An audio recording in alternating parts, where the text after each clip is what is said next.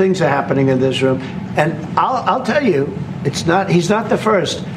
People leave my administration and they love us. And then at some point they miss it so badly, and some of them embrace it and some of them actually become hostile.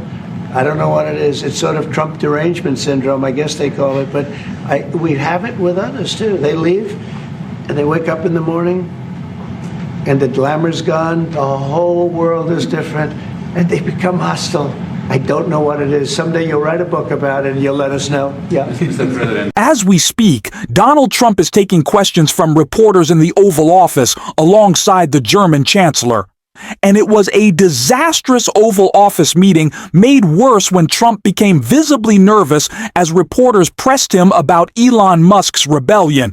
And even though he was visibly nervous, Donald Trump actually accused Elon Musk of having Trump derangement syndrome and indicating that he's very disappointed in Musk and that they may no longer have a good relationship. Stunning stuff. The first time Trump has publicly addressed Musk in a very direct way, and we have to talk about it. But before we do, if you end up liking this video and you want to support the channel, please be sure to hit the subscribe and alert bells before you go. All right, friends, we got several clips to play here. We're going to talk about the Elon stuff first, because again, I want you to note how reluctant Trump has been, and you'll see it even here too. Even though he talks about it, he rambles, he does the weave rides, the weave. How reluctant he has been to directly address Elon Musk's attacks on him. A guy who loves to sling mud at people in his party. His political opponents, he's the president of the United States. He feels more powerful than ever. And he is visibly nervous when it comes to taking on Musk. But he does take some shots here too. And I have no idea where it will go from here, but it is wildly entertaining. Let's start with this. Thank you, Mr. President. The criticism that I've seen, and I'm sure you've seen, regarding Elon Musk and your big, beautiful bill, what's your reaction to that? Do you think it in any way hurts passage in the Senate, which, of course, what is you're seeking? Well, look, I've always liked Elon, and it's always very surprised. You saw the words he had for me, and he hasn't said anything about me that's bad. I'd rather have him criticize me than the bill, because the bill is incredible. It's the biggest cut in the history of our country. We've never cut. It's about 1.6 trillion in cuts. So Trump wants you to believe, listen, he hasn't said anything about me. He wouldn't dare say anything about me. As we discussed in the previous video, while he didn't insult Trump directly, didn't call him a name, he is openly mocking Trump now in public by using Trump's own words against him about the stupidity of raising a debt ceiling. Now, that is their opinion. I believe the debt ceiling should just be abolished. I think it risks, a total global economic catastrophe if we default on our debt. And Republicans in particular have played games with the debt ceiling under Democrats and previous administrations, but Trump thinks, or used to think, that raising the debt ceiling is really stupid. Musk went back and found this 12-year-old tweet, tweeted it, and was like, wow, wise words. He's mocking Trump, and Trump is in denial about it, downplaying the extent of the disagreement, and I imagine it's not going to get any better from here. Here's another clip. All of the things that we're doing, nobody's ever seen anything like it. And, Elon's upset because we took the EV mandate, and, which was a lot of money for electric vehicles. And, they're having a hard time, the electric vehicles, and they want us to pay billions of dollars in subsidy. And, Elon knew this from the beginning. He knew it for a long time ago. That's been in there. That's been, I would say, J.D., that hasn't changed. That's been right from the beginning. Mr. Secretary, that hasn't changed at all, right from the beginning. But I know that disturbed him. He wanted, and rightfully, he recommended somebody from that he, I guess, knew very well. I'm sure he respected him, but to run NASA. And I didn't think it was appropriate. And he happened to be a Democrat, totally Democrat. And I say, look, we won.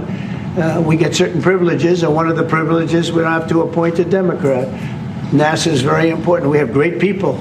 General Kane is going to be picking somebody with our, we'll be checking him out and seeing, but he wanted that person, a certain person, and we said no. And, I can understand why he's upset. So again, no, I mean, just like the timidity with which he's addressing this and trying to be really kind and really generous, I understand, and he's a great guy, but the guy was a Democrat. Well, Donald Trump used to be a Democrat at one point, and according to reporting, Isaacman, the Musk's nominee, or the man whom Musk wanted to be the NAS administrator, disclosed that he used to donate to Democrats. Like, he was transparent about it, and they knew about it for months and seemingly had no issue with it, and only in the 11th hour killed that nomination. Perhaps despite Musk. And listen, again, I want to be clear. I want to be so clear, as Trump is about to address a lot of Musk's beef with Trump over this is motivated by pure selfishness and self-interest. It's not all altruistic. I would actually argue none of it's altruistic. Musk has a point that this will blow up the debt and deficit will make it worse, and that Trump is lying about that. But even then, I just think at the end of the day, it's two profoundly selfish people going at it. Here's another clip. He's upset. Remember, he was here for a long time. You saw a man who was very happy when he stood behind the Oval desk. And even with the black eye, I said, "Do you want a little makeup? We'll get you a little makeup." But he said, "No, I don't think so," which is interesting and very nice. He wants to be who he is, so you could make that statement too, I guess. Look, Elon and I had a great relationship. I don't know if we're well anymore. I was surprised because you were here. Everybody in this room practically was here as we had a wonderful send-off. He said wonderful things about me. You couldn't have nicer. Said the best things. He's worn the hat. Trump was right about everything. And I am right about the great, big, beautiful bill. We call it a great, big, beautiful bill because that's what it is. And again, biggest tax cuts in history, biggest economic development moves anywhere. We've never done anything like it. So Trump again, his first quasi-public response to this was on True Social. We did a video about this, where all he did was just, share a screenshot of a time that Musk praised Donald Trump, right? And so he's doing it here. I do think it's funny to bring up the hat thing, the Trump is always right thing, which is stupid. Trump is very rarely right about things, and it was really stupid and pathetic of Elon Musk to wear that hat, and I do think it's funny that Trump is using it against him now to make the point. Well, Elon, if you think I'm always right, I'm right about the big, beautiful bill. He's not right about the big, beautiful bill, but I love it. This again, it's Dracula fighting the Wolfman. It's the Mummy fighting Frankenstein's monster. More of this. Here's another clip. But I'm very disappointed because Elon knew the inner workings of this bill better than almost anybody sitting here, better than you people. He knew everything about it. He had no problem with it. All of a sudden he had a problem, and he only developed the problem when he found out that we're going to have to cut the EV mandate because that's billions and billions of dollars, and it really is unfair. We want to have cars of all types. Electric, we want to have electric, but we want to have a gasoline, combustion. We want to have different. We want to have hybrids. We want to have all. We want to be able to sell everything. And when that was cut, and Congress wanted to cut it, he became a little bit different, and I can understand that. But he knew every aspect of this bill. He knew it better than almost anybody, and he never had a problem until right after he left. And if you saw the statements he made about me, which I'm sure you can get very easily, it's very fresh on tape. He said the most beautiful things about me, and he hasn't said bad about me personally, but I'm sure that'll be next. But I'm very disappointed in Elon. I've helped Elon a lot. So again, you see the nervousness. And it's almost like Trump, not only is he nervous, but it's almost like Trump is working himself into, publicly expressing his anger. We saw the reports. There have been multiple leaks.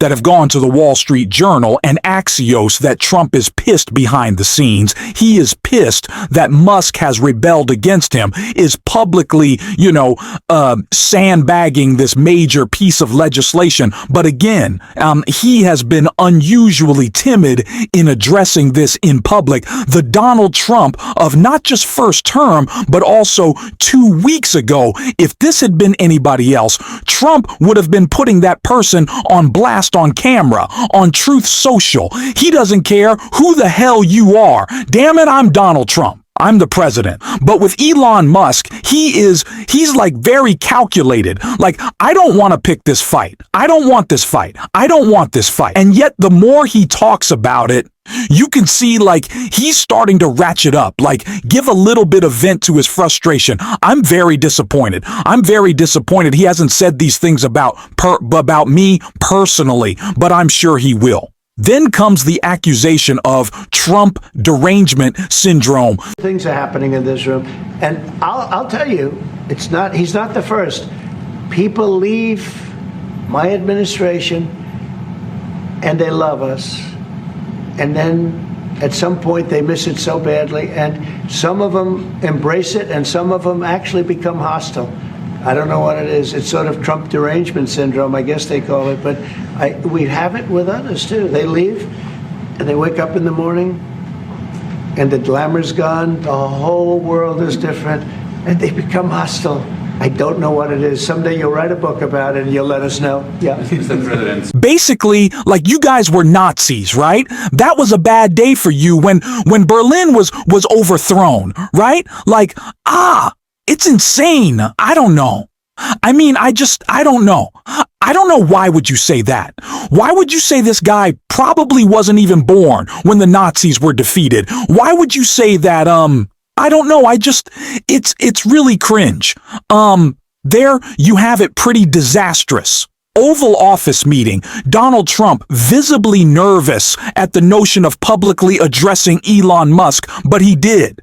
And then he increasingly started to take shots at Musk, and then finally culminating with accusing him of having Trump derangement syndrome, only for Elon to fire back and call Trump a liar about how much Musk supposedly knew about the bill. It's great stuff. Again, let's please keep it going.